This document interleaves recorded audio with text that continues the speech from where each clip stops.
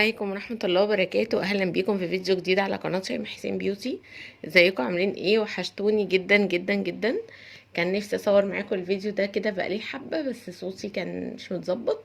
فالحمد لله يعني ايه ابتدى يتظبط شوية.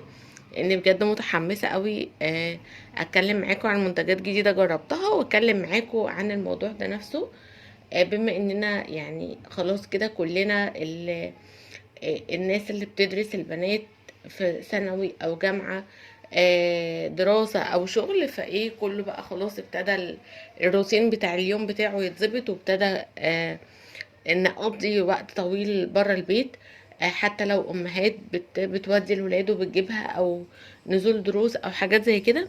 فعايزه اقول لكم ان بجد بيبقى في التوقيت ده، وكمان مع دخول الشتاء وزياده قطع هدوم، بحس ان بيبقى مهم قوي قوي النظافه الشخصيه. حاسه ان في الصيف بيبقى الموضوع انت كل شويه بتاخد شاور عادي جدا، يعني لابسه لبس خفيف، فاللي هو بتبقي اوريدي كده كده. موضوع ان تكوني محافظه على نظافتك بيبقى امر سهل، يعني بيبقى الموضوع سهل. لكن في الشتاء يعني ايه بيبقى محتاج ايه شويه تكتيكات كده شويه. المهم نخش بقى في الموضوع على طول.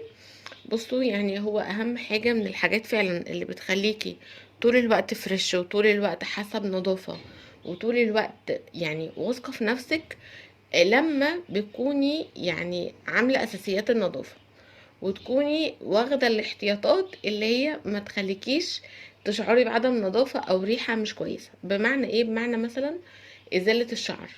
هي دي من الحاجات المهمة جدا جدا، سواء في الاندر ارم او الاماكن الحساسة. فلما بيبقى انت عاملة ازالة للشعر اول باول، فبيبقى يعني ما فيش تكوين لروائح غير مرغوب فيها، انت بتحسي بنظافة. تمام. ايا كان بقى الوسيله ايه، ايا كان الوسيله اللي انت بترتاحي لها ايه هي. وطبعا مفيش اسهل من الشيفنج، ايا كان نوع الحاجه اللي انت بتستخدميها. دي كوين، في ناس حبتها وناس ما حبتهاش. يعني هي حلوه وافوفا حلوه، يعني شغالين. تمام. بس الفكره نفسها في اللي هو آه ان انتي ما تاخريش موضوع ازاله الشعر، عشان انتي مستنيه ان انتي تزيليه بطريقه معينه. فالطريقه دي بتبقى صعبه شويه، او محتاجه وقت، او محتاجه تكوني في البيت لوحدك او حاجه زي كده، فبيبقى فيها صعوبه. فبيبقى ستات كتير وبنات كتير بيكلموني ان هما بيحسوا بصعوبة جدا. فموضوع الشيفنج والله سهل جدا جدا، ونضيف جدا، ومفيش منه اي يعني مفيش منه اي افكت وحش. بالعكس انت بتحسي براحة، وهي الوقت اللي انت بتاخدي فيه الشاور هو الوقت اللي انت بتعملي فيه الشيفنج. اقلها المنطقة اللي هي زي ما اتفقنا الاندر ارم وكده. فبيبقى طول الوقت تحت يعني مكان احتكاك دراعك وكده، فما بيبقاش في ريحة مش حلوة بتطلع. وبيبقى اي ديودرنت انت بتحطيه يعني بيجيب مفعوله او بيعمل مفعوله. فاهمين قصدي؟ ف فاي بنت متردده في فكره الشيفنج، او خايفه تجربها، او لو انت ام وبتسمعيني وبنتك، انت حاسه ان بنتك ابتدت تكبر شويه وابتدى يطلع لها شعر في الاندر ارم، وانت مش حابه فكره الشيفنج او الشفرات، عشان عندك اعتقاد ان دي هتطلع الشعر معرفش بالشكل الفلاني، لا هو عادي. يعني هي لو غيرت الوسيلة دي وعملته مرة تانية بالوسائل اللي هي سلكابيل او السويت ايا كان، هيبقى خلاص هيرجع تاني هيطلع بالشكل العادي بتاعه. لكن هو الشيفنج ميزته في ان هو انت مش بتسيبيه اصلا لدرجة ان هو يطلع بقى سواء خشن او مش خشن. هو انت اول باول، انت في وقت الشاور بيبقى دي على طول معاكي كده في ايدك، فهي الموضوع بيبقى سهل وسريع فوق الوصف. ف فاي بنوته بتسمعني بجد جربيها مش هتندمي. زي ما اتفقنا مش بتكلم عن نوع معين، انا بتكلم عن الفكره، عشان يعني الرسائل اللي بتجيلي بحس ان يعني انا بحب ان فالخلاصه ان انا بقولك جربي. سمعتي حاجه مثلا وحاسه ان هي ممكن تسهل عليكي الدنيا، بس انت خايفه من الفكره، مفيش اي مشكله ان انت تجربي. يعني ماشي في كل حاجة في حياتك بقى. يعني خليكي مغامرة شوية، عشان هتستفيدي جدا، وخبراتك هتزيد في الحياة بشكل كبير. لكن طول ما انت بتخافي تجربي حاجات معينة، ان انت سامع عنها حاجة، هتفضلي طول عمرك في حاجات كتير قوي في حياتك كانت هتفرق معاكي وانت ما عملتيهاش، فهتفضلي محلك سر في حاجات كتير قوي. تمام، ده بالنسبة للبنات سن ثانوي واعدادي وجامعة وكده. فلا طبعا مفيش حاجة تساوي ان انت تنزلي من بيتك ريحتك مش نظيفة، او انت اثناء يومك والطلوع والنزول ورايحة المدرج وطالعة السكشن وجاية من الدرس والسنتر ومعرفش ايه وفرهضة وكده، وفي الاخر يبقى ريحتك مش لطيفة. فمفيش حاجة تستاهل كده. ونفس الكلام اللي يسري على الشيفنج بتاع الجسم يسري على الشيفنج بتاع الوش. برضو مفيش حاجة تستاهل ابدا ان انتي تمشي وسوري يعني شمس تكون ضاربة في وشك ويكون شعر باين عند شنبك كده ولا في وشك. مفيش حاجة تستاهل كده. حتى لو انتي يعني ساعات بيبقى الوش كله نظيف وفي شعرايه شعريتين كده طالعين عند الشنب، حتى لو انتي بتحبي تروحي بيوتي سنتر تعملي وشك ايا كانت الطريقه اللي انتي بتزيلي بيها، بس برضو اللي هي الشفرات اللي هي زي الفلامينجو دي بتبقى حلوه جدا، اللي هو للطوارئ، للحاجات اللي هي الايه اللي بتيجي على غفله، انت نازله كده الصبح وبصيتي في المرايه لقيتي وشك فيه اي حاجه، فبسرعه بتظبطي نفسك بحيث ان انت طول الوقت تكوني واثقه في نفسك. الشيفنج ده او التاني اللي هو بتاع فلامينجو برضو عند الايدين، ايديكي كده لو فيها شعر وكده بيبقى انتي نفسك مش مرتاحه. سيبك من اي حاجه وسيبك من اي حد، انتي نفسك مش هتبقي مبسوطه. ف فدي بتبقى في الصيدليات رخيصه جدا، يعني بيبقى مثلا آه، آه، علبة كده فيها مثلا 4 أو 5 بتبقى ب60 جنيه ب30 جنيه ايا كان بقى، يعني ايه بتختلف حسب البراند او الماركة. تمام كده. فدي اول حاجه. تاني حاجه طبعا الديودرنت. بصوا بقى انا جبت شويه حاجات من هندلورا هكلمكم عنها دلوقتي. انا كلمتكم عنها قريب وبصراحه ادمنت حاجتها. فالديودرنت بتاعها طبيعي 100%. بيبقى فيه زي يعني حاجات مضاده للبكتيريا، زيت شجره الشاي وحاجه كده، يعني هي قالت لي على المكونات بتاعته حاجه بتهدي، وفي عطر خفيف خالص مش فواح نهائي، بحيث ان انت لو حابه تنزلي بيه تنزلي وانت مطمنه، وفي نفس الوقت عشان المنطقه دي ما تتحسسش. ف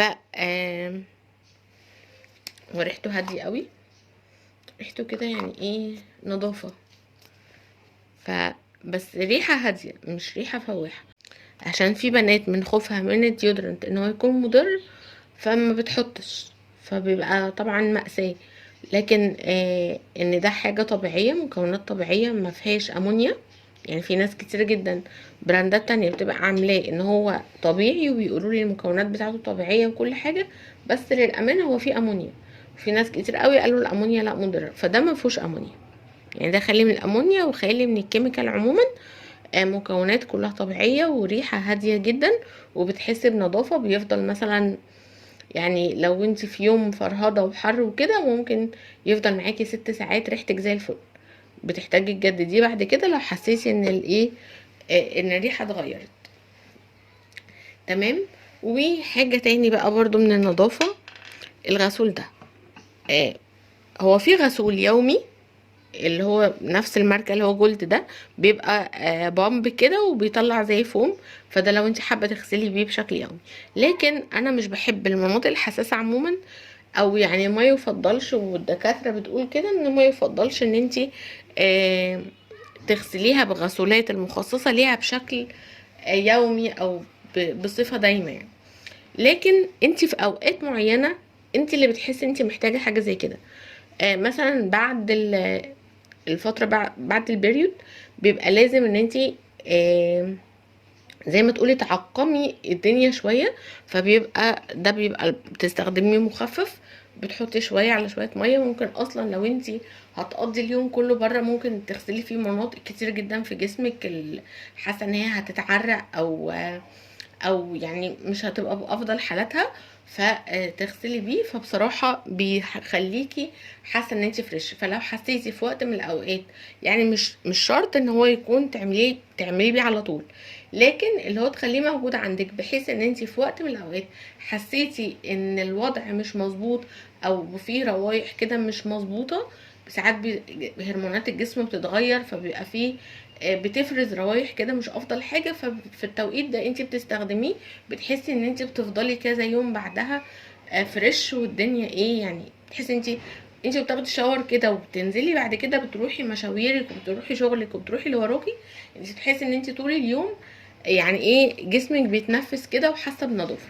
ومن الحاجات برضو اللي بتخليكي فعلا فعلا طول اليوم وانت بره مبسوطه ومرتاحه ومش حاسه ان انت متضايقه او حاجه، الديلي بادز دي او اللي هي الفوط اليوميه دي بتبقى فوط يوميه. يعني انت بدل ما يعني لو درسنا في الفقه كده هتلاقي ان في حاجات معينه اوضاع معينه لازم تغيري اللبس اللي انت لابساه.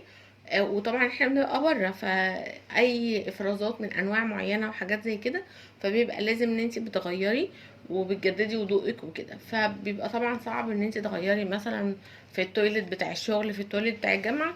فدي بتبقى بسيطه جدا وبتبقي مش بتحسي بيها، بصوا بتبقى رفيعه كده فبتبقى مريحه جدا وبتحسي بنظافه طول الوقت وانت بره، بتحسي انت طول اليوم فريش ومرتاحه، مرتاحه من احساس النظافه.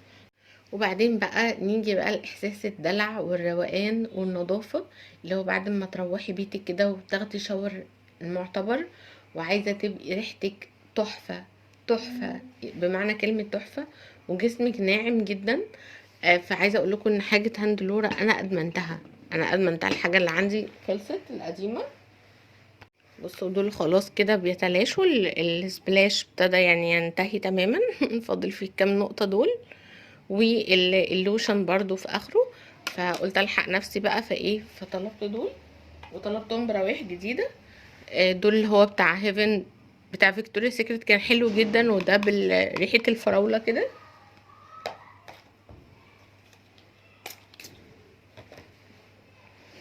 لكن الجداد دول يعني قلت لها كده ابعتي لي النوتس العطريه او الحاجات اللي هي المكونات بتاعته، عشان انا ببقى يعني ليا ايه مود معين كده في البرفيوم، فبعتت لي فاخترت دول.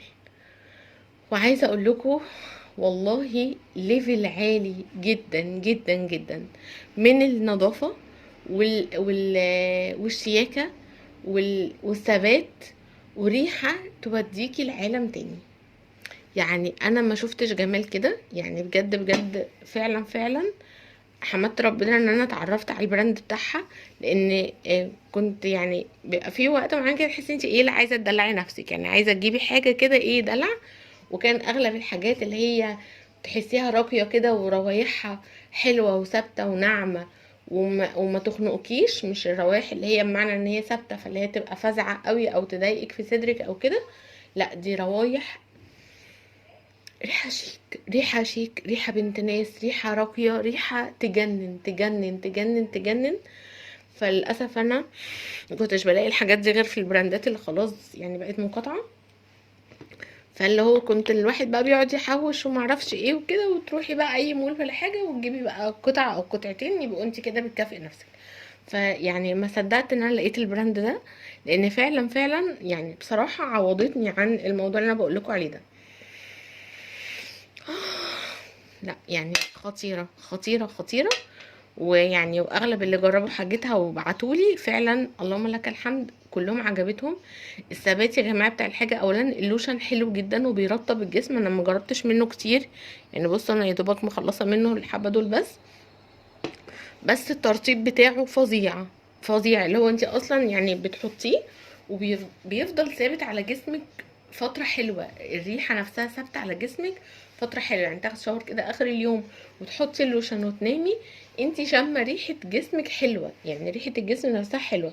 ناهيكي بقى عن النعومة، انا مش قادرة اوصف لكم بيرطب الجلد ترطيب رهيب.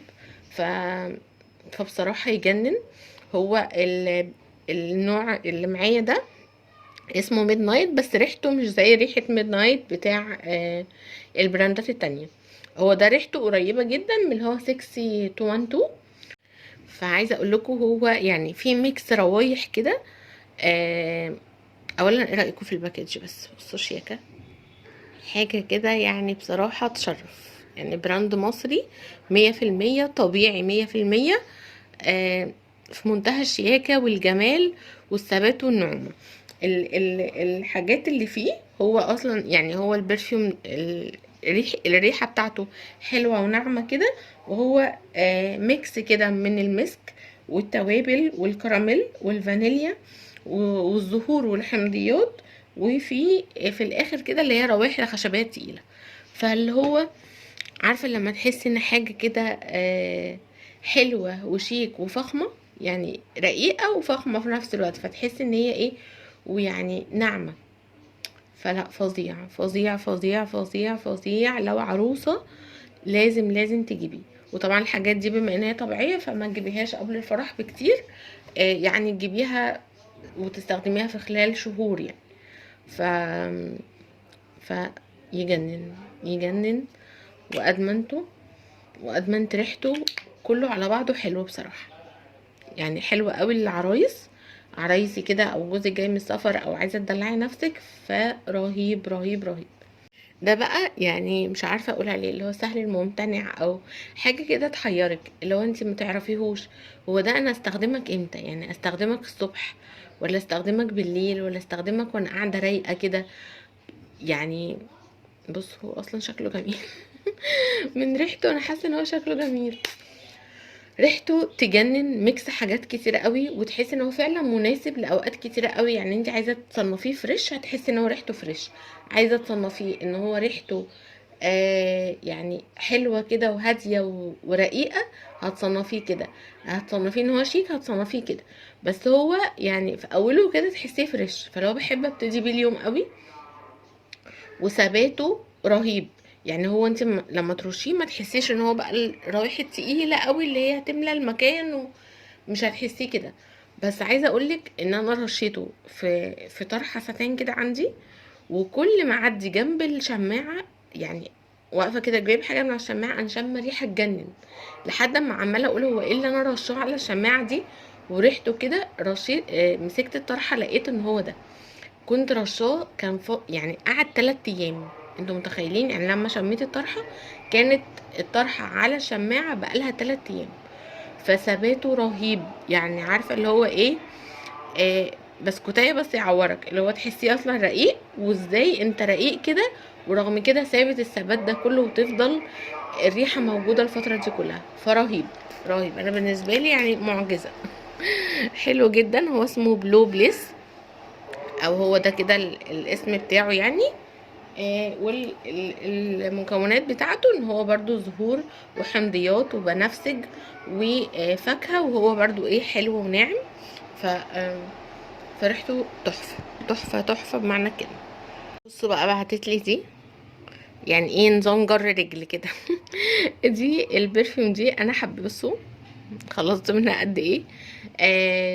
بجد تحفه. دي برضو لو عروسه لازم تكون موجوده عندك، هتفرق معاكي جدا. هي اصلا ريحه، قلت لها انا الريحه دي عارفاها. هي بعتتها لي وقالت لي ايه بصي دي هديه وجربيها وكده. جربتها. اولا ثباتها رهيب، ريحتها حلوه جدا، وحاسه ان انا عارفاها. فقلت لها هي دي ريحه ايه؟ قالت لي فعلا الريحه دي اسمها لاف سبيل، وكانت يعني نفس الريحه بتاعت فيكتوريا سيكريت. ف فبرضو مناسب للعرايس بشكل غير عادي. يعني المره الجايه ان شاء الله لما اطلب يعني الحجم الكبير هطلب الريحه دي اللي هي لاف سبيل. نو كومنت نو كومنت بجد. وكمان جبت صابون مغربي، بقالي كتير قوي ما جبتش الصابون المغربي. بس هو فعلا بحس ان هو في الشتاء، ويعني لما تحبي تدلعي نفسك كده وبعد بقى ما تخلصي تنظيفات الشتاء بقى، وتحسي كده ان انت عايزه تحسي احساس العروسه واحساس النعومه. عايزه اقول لكم الصابون المغربي يعني ايا كان البراند ايه، بس طبعا كل ما يكون براند موثوق منها كل ما يكون كويس.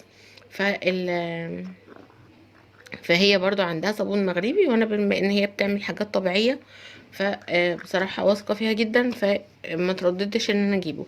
الصابون المغربي ان انت بتخشي تاخدي شاور دافي وترطبي جسمك بالميه الدافيه كتير، يعني تقعدي كده تحت الدش بتاع ربع ساعه او يعني حاجه زي كده، وجسمك معرض لميه دافيه، وبعدين بتقفلي الميه وبتدهني على جسمك الصابون المغربي كله على كل جسمك، وبتقعدي بيه حوالي برضو 10 دقايق تانيين. وبعدين بتبتدي تشطفي جسمك من الصابون، وبتجيبي الليفه المغربيه او الحاجه اللي هتعملي بيها التقشير، وتبتدي ايه تعملي بحركه دائريه كده على جسمك كله. وبعدين بتطلعي ترطبي جسمك بقى وتحطي يعني لوشن كده ريحته حلوه، وكمان ترشي بقى السبلاش بتاعك، وبتبقي في منتهى النظافه وفي منتهى النعومه. وبس كده، يا رب ما اكونش طولت عليكم بقى النهارده، بس كنت وحشني جدا جدا. وهحط لكم برده اللينك بتاع هاندلورا في اول تعليق. واهو ده كده الكارت بتاعها، ده رقم الواتساب. فبس كده، يا رب بقى يكون النهارده الفيديو عجبكم، واشوفكم في فيديو جديد ان شاء الله. السلام عليكم ورحمه الله وبركاته.